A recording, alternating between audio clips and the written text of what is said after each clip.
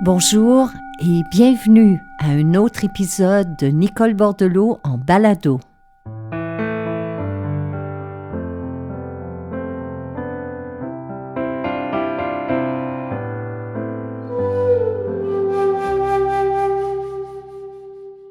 J'aimerais vous dire merci de votre présence cette semaine et si vous avez la chance de partager la nouvelle concernant cette série balado avec vos amis, avec votre famille, eh bien merci, ça nous encourage vraiment à continuer.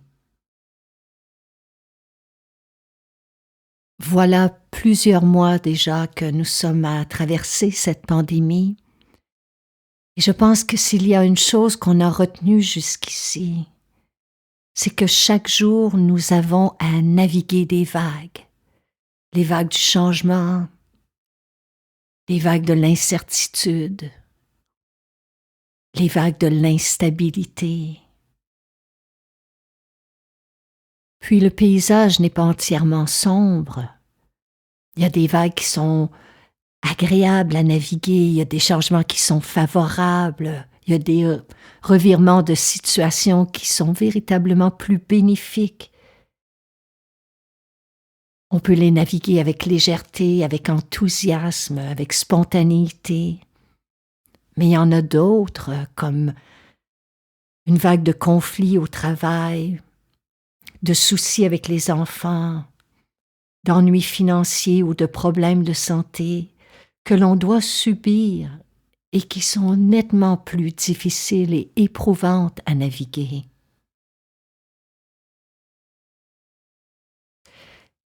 Mais s'il y a un lien entre la vague qui est choisie et celle qui est subie,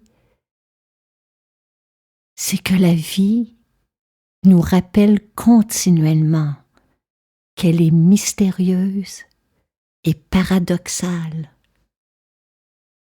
Un jour, elle peut nous émerveiller à travers des situations ordinaires de notre quotidien, le fou rire d'un enfant, le regard apaisant d'un parent, d'un ami, l'encouragement d'un collègue, un texto qui nous arrive par surprise pour nous annoncer une belle nouvelle, un mot de remerciement, un courriel qui vient nous féliciter ou nous rappeler que nous avons de l'importance dans la vie de quelqu'un.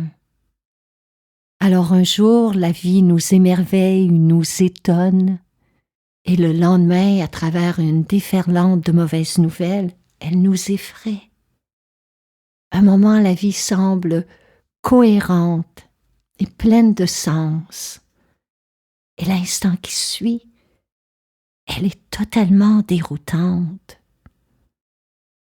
Et c'est cela qu'on appelle l'aventure de vivre. Alors notre sujet de cette semaine est celui d'apprendre à naviguer les vagues de l'existence.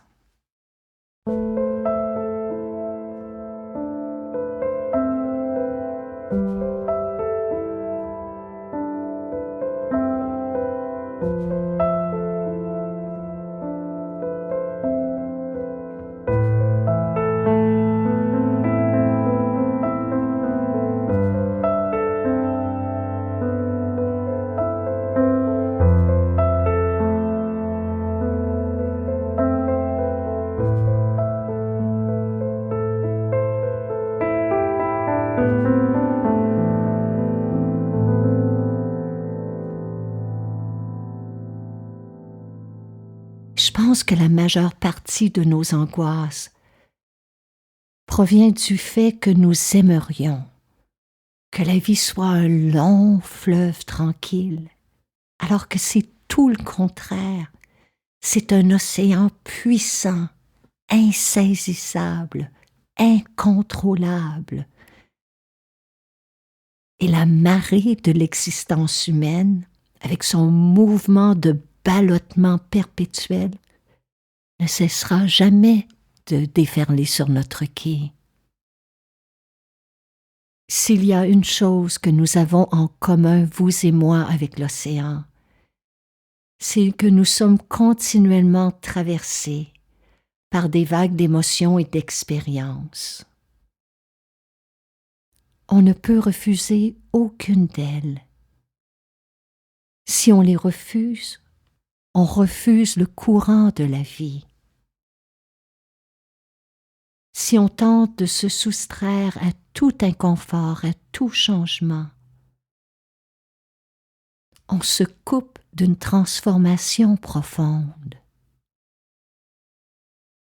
Il y a sur ma table de travail, depuis un nombre incalculable d'années déjà, une toute petite station. Et parfois, lorsque je suis saisie par le ballottement de mes états d'âme, de mes émotions, je reviens à ces mots de Ajacha. Toute véritable transformation sera précédée d'un grand moment d'inconfort. Là est signe que vous êtes sur le bon chemin.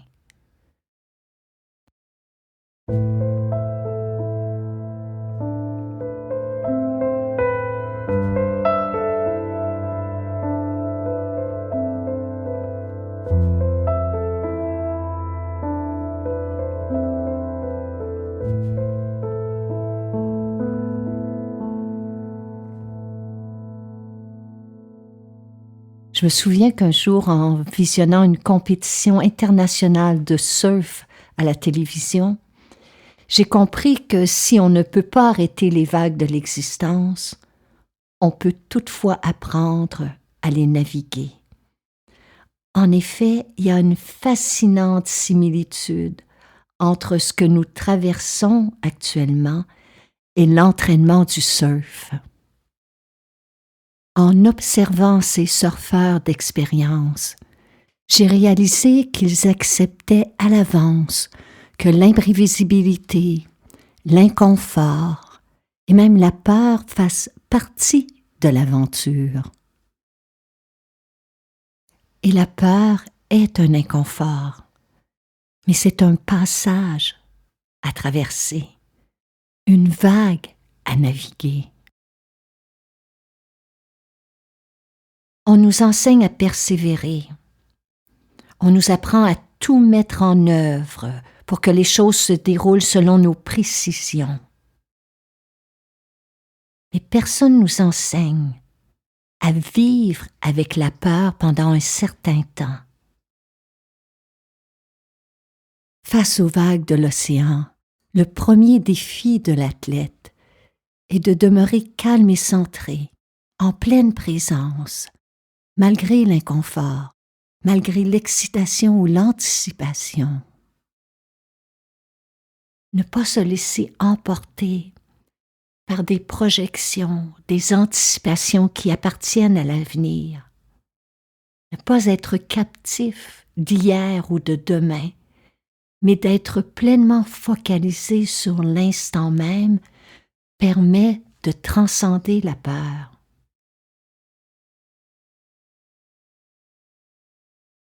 Lorsque nous faisons face à l'adversité, il est essentiel de ne pas en rajouter par nos ruminations, nos inquiétudes. C'est ce que fait le surfeur devant l'océan.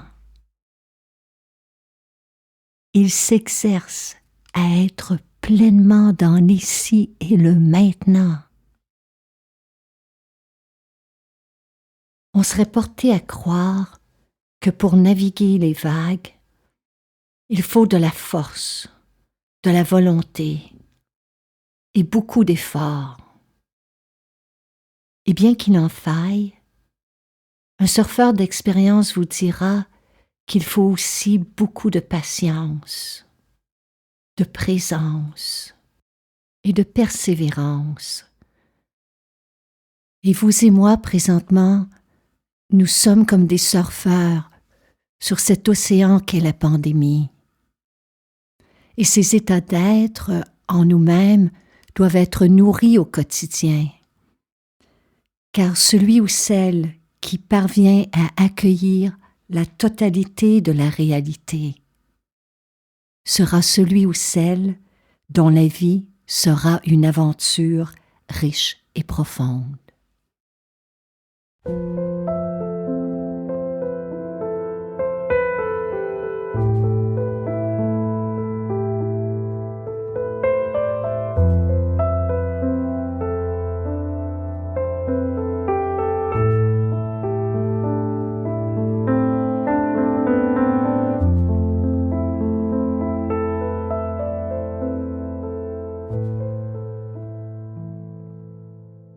surf, il est dit que si la première grande leçon est celle de la présence ou de la patience, la deuxième est celle de l'humilité. L'athlète ne tente pas de contrôler, de dominer la vague, mais il souhaite entrer en harmonie avec elle et se laisser porter par elle. Il entre dans une danse avec l'océan, une danse avec la vie. Et pour entrer dans cette danse, il doit faire preuve d'une ouverture et d'une légèreté d'être. Il sait qu'il risque de perdre l'équilibre. Il sait qu'il risque de chuter. Il sait aussi qu'il risque d'être projeté ou de prendre sa planche en pleine figure. Mais l'humilité d'un grand surfeur d'expérience est de ne jamais rendre la vague responsable de ce qui est à venir. Et c'est peut-être là l'une des grandes leçons que nous avons à apprendre. Lorsque nous contemplons les vagues que nous avons à traverser dans notre propre vie, celles que nous avons à naviguer, eh bien, à l'image du surfeur, on peut prendre conscience des forces qui sont en nous. Mais on ne peut rendre la vie responsable de ce qui se passe. Comme l'athlète l'a compris, la clé pour naviguer les vagues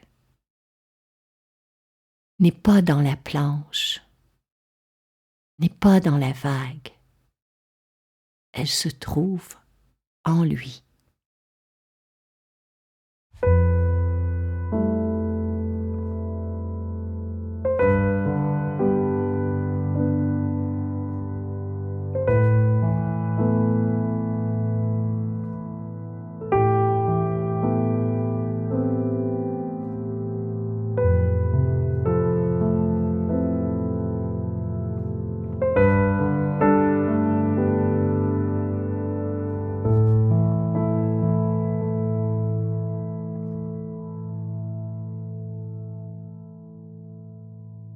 En terminant, j'aimerais vous offrir ces mots comme un grand souffle d'espoir.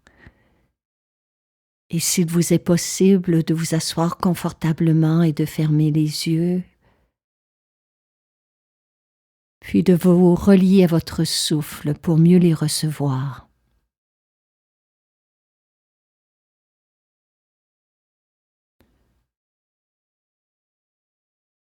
J'ai demandé à la vie. J'ai demandé à la vie de me donner la force. Elle m'a donné des épreuves à traverser. J'ai demandé à la vie de me donner la sagesse. Elle m'a donné des problèmes à résoudre. J'ai demandé à la vie de me donner la richesse. Elle m'a donné un cerveau et 2 bras pour créer, pour travailler. J'ai demandé à la vie de me donner du courage. Elle m'a offert des défis à relever. J'ai demandé à la vie de me donner de l'amour. Elle a mis sur mon chemin des gens à aimer. J'ai demandé à la vie de me faire des faveurs. Elle m'a donné des opportunités. Si dans ma vie, Je n'ai jamais reçu ce que j'ai demandé. J'ai toujours obtenu ce dont j'avais le plus besoin pour me transformer, pour évoluer.